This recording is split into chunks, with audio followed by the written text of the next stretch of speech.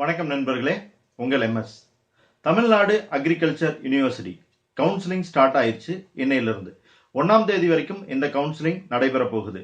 இந்த கவுன்சிலிங்ல கலந்துக்கணும் அப்படின்னா நம்ம கவுன்சிலிங் ஃபீஸ் பே பண்ணணும். எப்படி கவுன்சிலிங் ஃபீஸ் பே பண்றது அப்படிங்கறத ஸ்டெப் பை ஸ்டெப்பா இந்த வீடியோல நான் உங்களுக்கு எக்ஸ்பிளைன் பண்ண போறேன்.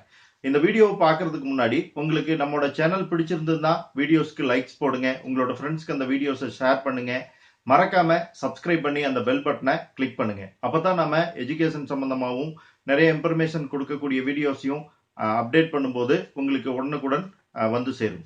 வாங்க வீடியோக்குள்ள போலாம். நீங்க என்ன பண்ணணும் அப்படின்னா, ஃபர்ஸ்ட்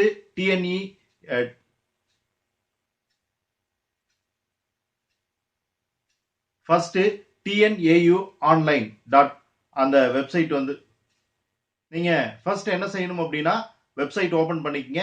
வெப்சைட் ஓபன் பண்ணதுக்கு அப்புறம் யூசர் ஐடி பாஸ்வேர்ட் கொடுத்து உள்ள போங்க. யூசர் ஐடி உங்களுக்கு கொடுத்துருக்கக்கூடிய நம்பர், உங்களோட டேட் ஆஃப் பர்த், பாஸ்வேர்ட், ஒரு டிஜிட் நம்பர் கூட்ட சொல்லியிருப்பாங்க, அதை கூட்டி அந்த பாக்ஸ்ல போட்டு நீங்க உள்ள போகணும். உள்ள போனதுக்கு அப்புறம் பாத்தீங்கன்னா உங்களுக்கு ப்ளூ கலர்ல click here online counselling fees payment அப்படின்னு ஒரு லிங்க் இருக்கும். அந்த லிங்கை கிளிக் பண்ணுங்க.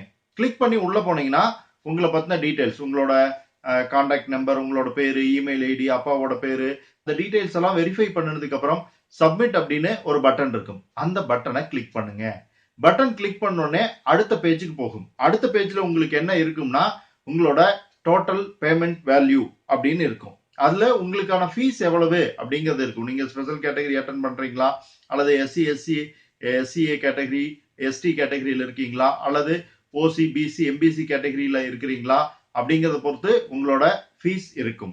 அதுலயே கீழே வந்து உங்களுக்கு ஒரு இன்ஸ்ட்ரக்ஷன் கொடுத்திருப்பாங்க.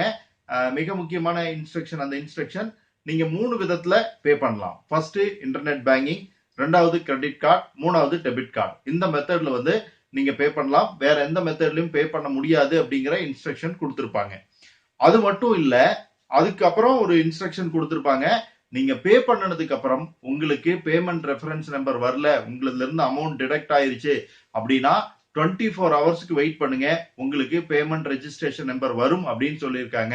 அதனால நீங்க பே பண்ணதுக்கு அப்புறம் உங்களுக்கு பேமெண்ட் ரெஃபரன்ஸ் நம்பர் வரல அப்படின்னு சொல்லி பயப்படாதீங்க. 24 ஹவர்ஸ் வெயிட் பண்ணுங்க.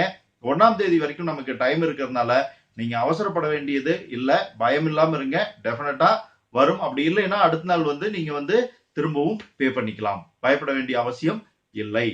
சரி, இது முடிஞ்சதுக்கு அப்புறம் கண்டினியூ அப்படிங்கறத கொடுத்தீங்க அப்படின்னா அடுத்து பேமெண்ட் பேஜுக்கு போகும்.